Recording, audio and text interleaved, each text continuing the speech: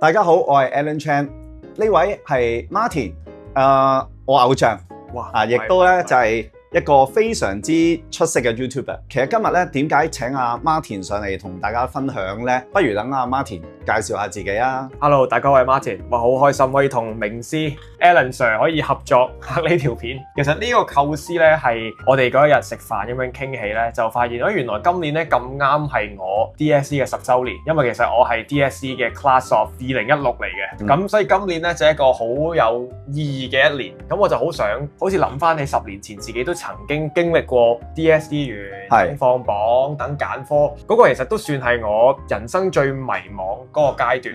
咁所以而家諗翻起就好想拍條片咧，可以係同一個階段嘅朋友仔去分享嗰陣個無論係揀科啊，或者嗰陣成個心態點樣，所以就有咗呢條片出嚟啦。對我認識嘅 Martin 咧，其實就係又玩得又讀得書。咁你覺得而家呢個時候啦，大概7月左右啦，又未放榜，啲考生應該有啲乜嘢心理準備啊，或者實際嘅準備呢？我諗係我當年咧，我而家第一樣嘢後悔就係玩唔夠，因為我覺得而家咧係人生最無憂無慮嘅一個暑假，未知道下一個階段係做乜嘢。其實我覺得其實都幾幸福嘅 moment 嚟，因為係完全可以放低晒所有嘅焦慮啊，所有嘅擔心，就盡情去玩。放榜前或者點樣，盡量將個心態放鬆，因為試已經考完咗，你哋辛苦咗3年甚至乎6年，咁而家呢個係一個好 well deserved 嘅一個嘅 break 嚟嘅。係咧，Alan Sir，你仲記唔記得你當年應該係 A level 放榜前你點樣度過啊？即係嗰段日子或者前一晚係？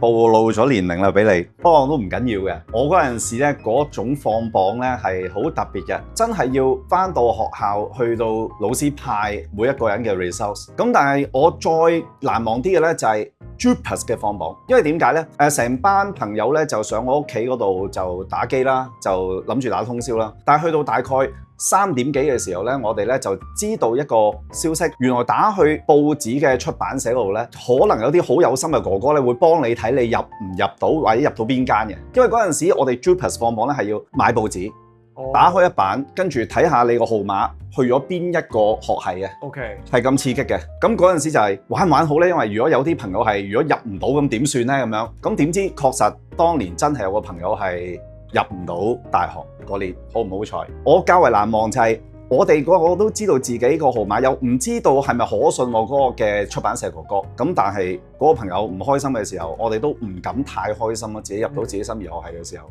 而家應該就冇咁刺激啊，冇咁刺激。我就冇咁刺激。我記得我嗰晚咧，點解亦都係我應該拍呢條片，就係嗰晚瞓唔着。咁但係咧，我又覺得有啲緊張，聽日放榜就冇咗啲 friend 出去玩，我就係留屋企就係睇 YouTube 睇片。我就喺度碌不斷好多唔同嘅片啊，可能係一啲補習名師啊，或者係一啲其他人嘅 vlog 啊咁樣。咁所以呢一條片咧，亦都係希望就係俾大家，如果你咁啱係放榜前一日見到呢條片咧，咁係一個可以 relax 啊，可以聽下我哋吹水啊，講下呢啲輕鬆嘅嘢嘅一條片。你放榜嗰日咁點咧？如果係即係當日，哇！放榜呢日就真係刺激咯。對於我嚟講，因為我咧自問咧，即係讀咗6年中學，我諗我遲到嘅次數咧，即係返學遲到係少過5次嘅。但係竟然就係放榜嗰一日咧，明明前一晚係哇好緊張，係好晒心情，瞓過籠啦之後係，我仲記得咧嗰朝咧一起身打個窗喺度好大雨嘅出邊，成個心情係好心急啦。第一見到遲到啦，第二哇落晒雨，即刻問阿媽攞幾廿蚊搭的士，衝翻學校。咁啊翻到去，全班同學已經派晒嗰張 DSE 嘅成績表，派晒 form 咁樣，得我一個最後一張 form。班主任仲有一個好耐人尋味嘅表情，去俾嗰張 form 我。嗱，呢個我發覺其實因為咧，我個分咧其實係非常之中入喺中間嗰度，應該會入到大學。咁但係就唔知讀乜嘢，都唔知讀咩科，咁就係一個非常之 marginal 嘅一個咁樣嘅 case。據我所知就唔係 marginal 啦，Martin 真係好謙虛啦。我認為嗰個就都係肯定中上㗎啦，點會係 marginal 啊？太謙虛啦，實在。你咧，你記唔記得啊？當年你應該係已經係坐定粒六，都唔係㗎 A level 啊嘛。因為所以個反差都可以好大啊，我就唔會覺得有啲咩科係有驚喜咯，某啲科有驚嚇咯。當年你只係讀文學，中國文學、地理同埋經濟咯。哇，係文商，係啊，文商係啊，所以有時候嗰啲反差都好大嘅，一放榜嗰陣時先會知道咯。寫嗰陣時，其實你未必知道佢個評分準則係如何啊嘛。我某啲科都係唔係有一定標準答案，所以唔係咁容易預期到咯。但係同學呢，無論你預期成點都好啦，最緊要有一個好好嘅心理準備 ，prepare for the worst。咁到時有啲咩嚟嘅時候呢，有啲咩衝擊嚟嘅時候呢，你都可以好好地去到承受到嘅，我相信。撇開成績唔講嘅，對於自己亦都係一個成長嘅一個嘅 milestone，因為喺呢一下你發覺哇，你真係要去為自己嚟緊可能10年、20年，無論係你嘅生涯啊或者點樣去諗，咁所以呢一樣嘢呢個壓力呢，留翻俾放榜之後嘅自己。我自己呢，就係讀 Econ BA 同埋 Bio 嘅，咁呢就係很商科少少。我記得我 Form 5嘅時候就已經 drop 咗科 M1，因為知自己唔係讀數學嘅材料。譬如 Form 5嘅同學仔，大家譬如中學去考試去排成績表，基本上就係會 take in factor 你所有嘅科，臨尾去俾一個嘅總分，你去計一個全班嘅排名、全級嘅排名。但係 DSE 係完全唔一樣遊戲嚟嘅，佢唔係同你講中學分數，唔係講 average 幾多。換句話說，我覺得係可以好戰略性地將你嘅溫書嘅時間資源去投放落一啲你覺得哇好穩陣啊，又或者你好有信心嘅科 core 冇得走啦。咁但係其實如果你發覺我某一個 core 唔係特別叻嘅時候，我覺得只係 pass 到，將摘星嘅機會投放落去，譬如你好有信心嘅科度，亦都可能係一個可以考慮嘅方向咯。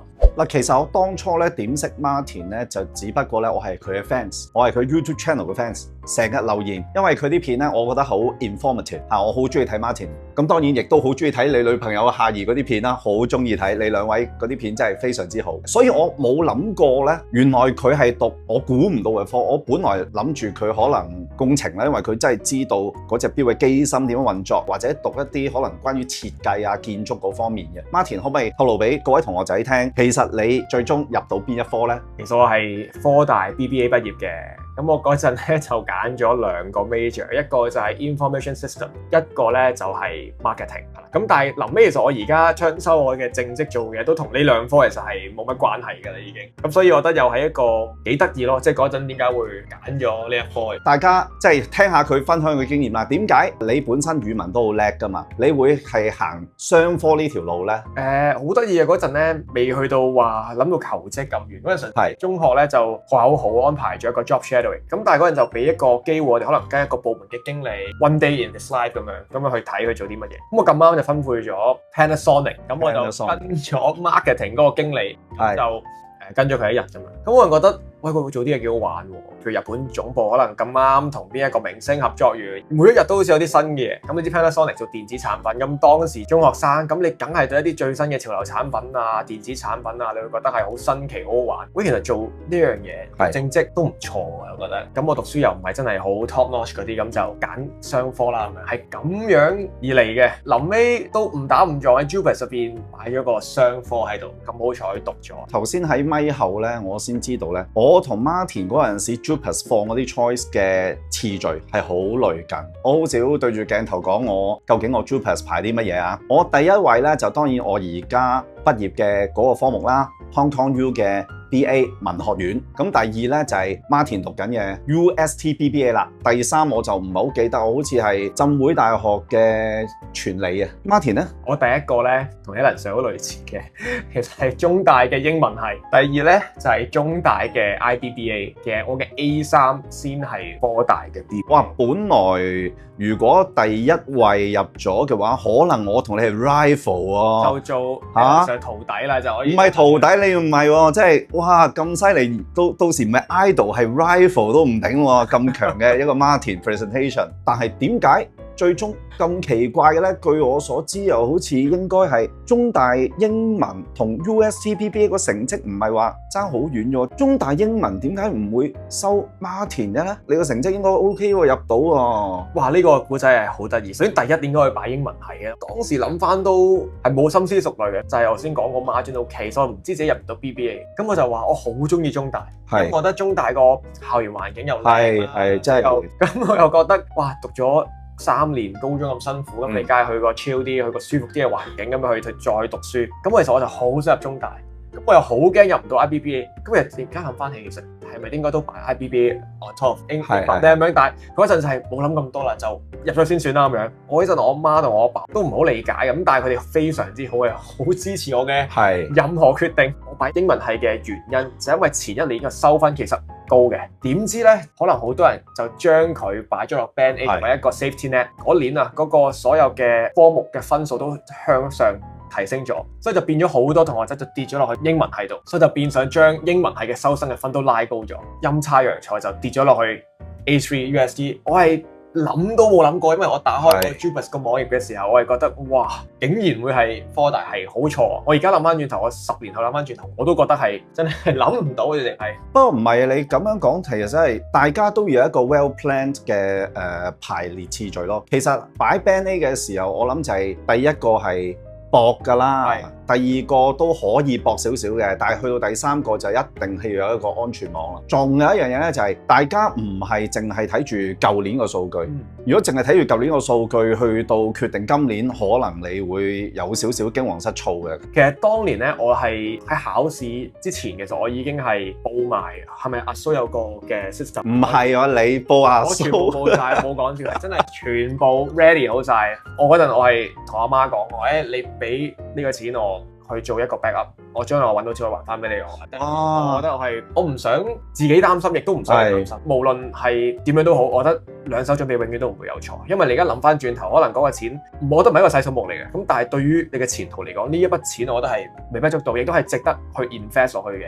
呢樣嘢咯。就算 Martin 個成績係咁唔錯，佢都會報定阿蘇去到做一個安全網。咁希望大家都有一個萬全嘅準備啦。即係有時候真係天有不測之風雲。如果到時有啲咩放榜之後你估唔到嘅事，你都起碼有多一手準備。到時揀唔揀嗰條路另外再選擇啦。但係起碼有嗰條路俾你揀啊嘛。同埋我又另一樣嘢，我覺得其實去到2026年嘅今日，讀大學固然係非常之重要，亦都會有個吸引嘅地方。除咗讀書之外，你有識到你嘅 network 啊，可以有唔同嘅機會。咁但係就算可能真係唔好彩入唔到大學 retake 可以係一個諗法啦。但係其實我覺得而家其實有非常之多嘅出路。去翻我哋一個嘅想傾嘅主題，揀科呢樣嘢，即係而家 AI 嘅。Alan Sir 對於你本身可能做教育呢一個行業，你覺得有冇啲變化已經？都會有變化，但係我始終都覺得一個學歷都係緊要。正如頭先一個成績中上嘅你都報阿蘇嘅時候，如果你有啲咩本身自己個人能力或者才華，有個學歷，你都可以多一條路揀。你到時揀唔揀翻你本身本科嘅嘢係，你到時可以再選擇。但係如果萬一成績真係有啲咩唔好嘅話呢，亦都唔好諗住呢一世都應該係做唔到自己嘅夢想㗎啦。我記得我有一次喺我屋企附近撞到一個我嘅學生做 gym 嘅時候，佢過嚟打招呼。原來呢，佢就係嗰陣時喺 DSE 考得麻麻地，係由阿蘇轉過去可以讀翻 Hong Kong U。嗰日咧，我撞到佢嘅時候咧，其實佢就係 final year 噶啦。咁跟住咧，仲同我講話醫管局去揾佢 interview。咁而家就係醫管局嘅一個管理人員咯。咁所以大家諗下啦，即係一個 DSE 失意嘅同學仔，咁佢最後可以入到佢中意嘅香港大學，咁再做埋醫管局嘅高層，唔好諗住你而家呢一刻嘅失敗就係以後嘅失敗。冇錯，頭先都講到 AI， 對於我自己嘅睇法嚟講，就係令到嗰個不可預測更加不可預測。睇緊呢段片嘅你哋，可能只係過咗你人生嘅1/5都冇啊，可能中間有太多變數。所以如果譬如話你想去做一啲嘢嘅話，就算而家呢一刻你未做到，唔代表你聽日做唔到，你後日做唔到。嗱，講開 AI，你又而家喺商場度打拼啦。如果而家同學因為呢個 AI 熱，一窩蜂去揀 AI 可能變咗神科，你覺得佢4年後會唔會得到佢諗住要嘅嘢呢？哇！呢個問題好複雜喎。我覺得可能講10幾20年前，可能香港嘅酒店業好興旺，好多朋友仔就去咗讀酒店管理。出到嚟發覺個市場變咗，可能個行業都唔係咁樣。AI 咧將呢一個嘅 cycle 由以前嘅10年連縮到可能係1年、半年。如果與其去猜度話4年後畢業出嚟個行業會點樣，你對嗰樣嘢就有興趣，我覺得反而可能會係更加重要。其實我都教20幾年啦，我都係考 A level 出嚟嗰啲，都見到好多咧所謂即係我自己定義為科目泡沫爆破。嗱，譬如我畢業嗰陣時，好多人叻嗰啲咧係走去讀土木工程嘅，神科嚟嘅，冇翻3-4條 A 咧 A level 咧係冇可能收你嘅。咁但係佢哋即係畢業嗰陣時，我識有啲朋友都已經唔係做翻土木工程。記得我就嚟 Hong Kong U 畢業嘅時候啦，就物流好多人揀，就未至於神科嘅物流咧就變咗係收得高嘅。OK，咁但係4年之後又係好似成為泡影，即係好同意 Martin 講嘅一句，就係最緊要以興趣為先。只要你中意嗰樣嘢嘅話，未來嗰個行業有啲咩變化，有啲咩風吹草動，可能嗰個行業係式微嘅時候，你都會喜歡去做嗰件事。好多老師都可能係會同你分享啦，究竟我揀我一個學科好，定係揀自己喜歡嘅好呢？我個人而言，我覺得揀自己喜歡嘅緊要啲。傾咗咁耐咯，我哋臨尾有冇啲咩嘅金句啊，或者有冇啲咩感想可以俾無論係中4、中5或者中6嘅同學仔？金句就冇㗎啦嚇，金句我自己就覺得中4、5嘅同學，你已經睇緊呢段片嘅話，你真係好有心啦。因為而家呢個世代咧，我接觸好多學生咧，未必咁生性，咁快就諗咁長遠嘅。所以你既然咁有心，你嚟緊高中嗰條路嘅時候咧，都繼續堅持同埋俾多啲心機。咁最終咧，成個過程咧都會俾到你一啲嘢，你嘅人生嘅結果方面咧，亦都應該會較為良好嚇。我話唔敢講一定會好，但係你唔努力嘅話咧，就上天都唔會幫你噶啦。Martin，你點睇啊？係，我完全同意 Alan Sir 咁樣講。睇呢條片嘅大家咧，我哋今日有緣隔住個 mon 去認識，除咗咧頭先話及早去準備啊，開始去諗遠啲之外咧，我覺得其實而家中4、5、6亦都係一個好好嘅時間咧，讀書之餘，亦都可以試下唔同譬如校內嘅活動啊，亦都係你去識朋友、擴寬你社交圈子嘅好好嘅機會。因為我諗翻轉頭，其實好多 Form 4、5、6同學仔遠啲隔2班，其實我已經唔係好熟，唔係好識。如果你俾我翻去10年前、12、13年前嘅自己，可能我會再 active 啲，可能會再同多啲同學仔去傾偈啊。因為呢一屆可能已經講緊100幾200個同學仔，你好難有機會去識晒佢哋嘅。如果係中4、5、6嘅同學仔，我覺得呢一段友誼，如果你係中學開始去萌芽咧，你係會記一世嘅。至於中6嘅同學咧，其實雖然你已經聽咗好多嘅長輩包括我或者你家長老師講就係DSE 只不過係人生嘅小逗點，只不過係一個細嘅階段，最緊要個過程。但係呢啲嘢都係真嘅，你哋聽唔入耳都好啦。最緊要記住啦，你放榜嘅時候，身邊嘅人俾你嘅意見咧，好好冷靜分析，因為可能你好唔冷靜放完榜之後嗰一刻，咁佢俾啲咩意見你？譬如你第日條路點行啊，你啲賽事可以點樣排啊，不妨咧揾啲長輩分享下，咁等佢哋俾啲寶貴嘅意見你。記住，就算你成績差都好啦，冇一個人因為你咁樣咧，覺得你做錯事，你唔敢同嗰啲人傾偈。成績叻嘅同學咧，當然係好開心。咁但係咧，我自己個人認為啦，我覺得你係都應該要好好精神支援成績比較唔理想嘅同學嘅。正如 Martin 所講，嗰班係中學同你識於微時嘅一班兄弟姊妹嚟噶嘛。冇錯，我覺得中學同學仔趁呢段時間就 relax，去到放榜嗰日就係學 Alan Sir 話齋，保持清醒。可能個10個人俾意見你，未必係啱嘅。咁但係聽到一個意見，亦都冇妨。你記住，臨尾咧嗰個決定權係喺你自己手上嘅，因為以後嘅人生咧，你需要同佢負責嘅人，亦都係你自己。冷靜分析，聽多啲人講，但係臨尾咧，根據自己個心去行，去做呢個選擇。咁我相信1年後嘅你，10年後嘅你，都會多謝呢一刻嘅自己。嗱，其實咧，我同你講，你哋咧有一樣嘢一定要做，就係 subscribe 阿 Martin 嘅 channel，同埋 follow 佢 IG。呢樣嘢咧都好緊要噶。你而家又未放榜，你冇嘢做，不如撳2個掣，一個係 IG，一個咧就係 YouTube follow 下 Martin。咁因為咧都幾多料去睇喎，即係除咗標，你話我對標冇乜興趣，睇下有興趣噶啦。我本來冇咁有興趣，都俾 Martin 荼毒到我多咗興趣啊！多謝晒 Alan Sir。睇緊呢條片嘅你哋，如果未 subscribe 呢個 Alan Sir 嘅 channel 咧，記住 subscribe。如果未睇佢 IG 咧，都要睇，非常多英文嘅 tips，成日教啲好實用嘅生字啊！我覺得其實學語文咧，你問我咧喺本書度係悶嘅，但係如果係套落去日常生活入邊嘅嘢去學咧，入腦特別快嘅。所以就記住一定要 subscribe 啦 ，follow Alan Sir 啦，同埋如果咧你有任何嘅諗法啦、問題啊，歡迎咧下邊 comment section，咁我哋會睇晒你 comment 嘅。咁希望遲啲再同你拍片分享其他唔同嘅嘢啦，譬如學英文心得啊嗰啲嘢，我諗你都好有自己睇法。Alan Sir 學嘢呢樣嘢就要。咁下次再見啦，各位同學，拜拜。拜拜。